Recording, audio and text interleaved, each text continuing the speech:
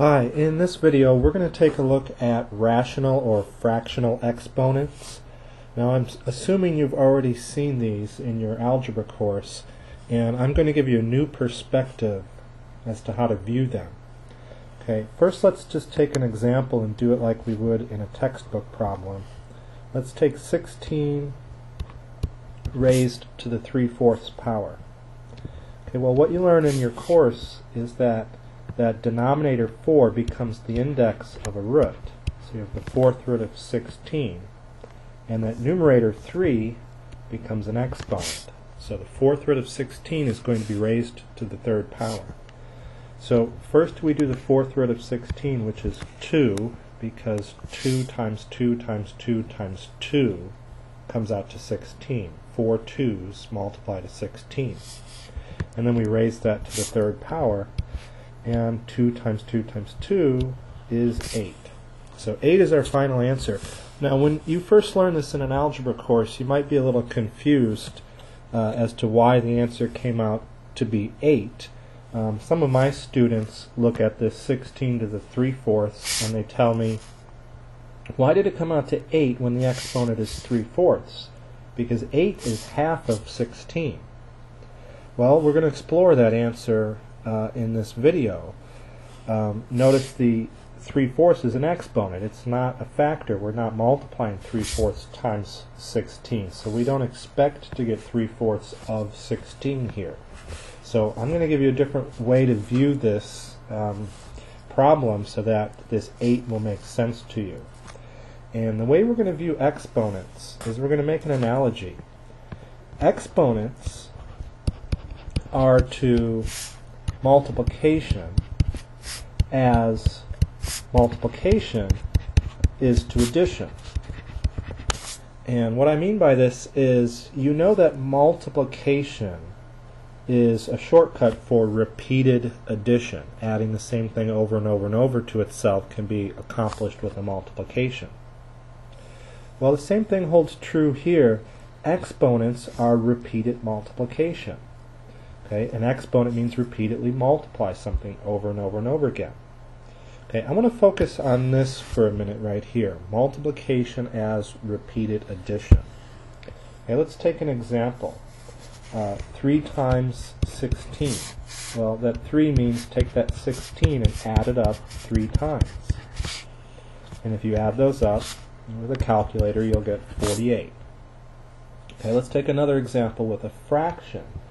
3/4 times 16. Well, what does this mean? When we have this 3, that told us to write 3 copies, 3 terms of 16 down. We can't really write 3/4 of a term of 16 down. So this is a big question. Well, here's how we can make sense of 3/4 times 16. What we can do is take 16 and break it into 4 equal terms added up to make 16. 4 4s will do the job. That will add up to 16. And so 3/4 times 16 would mean to take 3 out of 4 of those terms. So 3/4 times 16 would be 4 plus 4 plus 4, which is 12. Okay, the reason I wanted to do that is to now bring the analogy over to exponents and multiplication. Okay, so let's take some examples with exponents. 16 to the 3rd power. Exponents are repeated multiplication, so that means 16 times 16 times 16, and a calculator will tell you that's 4096.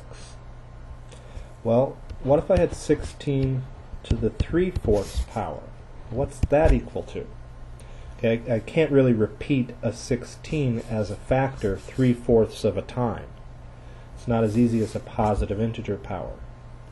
Well, what you can do is take the 16 and break it into 4 equal factors, not terms, but factors. Turns out that 2 times 2 times 2 times 2 is 16. If you break it into 4 equal factors like this, and you wanted to figure out what 16 to the 3/4 is, well, you would take 3 out of 4 of those 2's. So that means 16 to the 3/4 would be 2 times 2 times 2, which is 8, which is another way to view our answer we got above here of 8. Okay, now it's making a little sense. The reason 16 to the 3/4 is 8 is because 3/4 of these factors multiply out to 8. Okay, let's look at some other examples now that we have this new method. Suppose we had 8 to the 2/3 power. We wanted to know what that was. Well, what we're going to do is we're going to take the 8 and break it into 3 equal factors because we're dealing with thirds here. Okay, and 2/3 of those factors are those 2 out of 3 factors. So that means 8 to the 2/3 is 2 times 2, or 4. So 8 to the 2/3 is 4.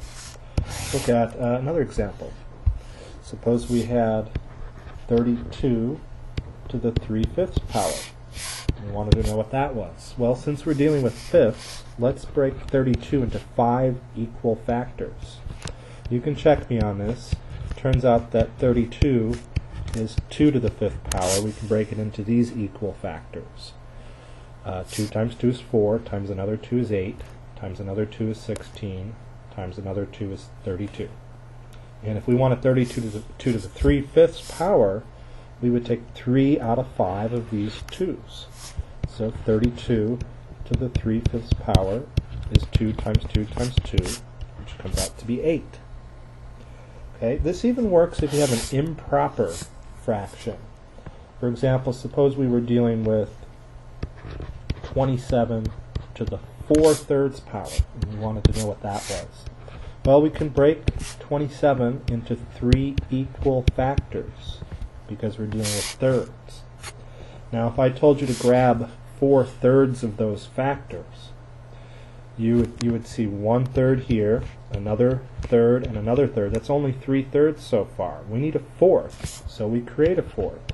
So 27 to the 4/3 will be 3 times 3 times 3 times 3.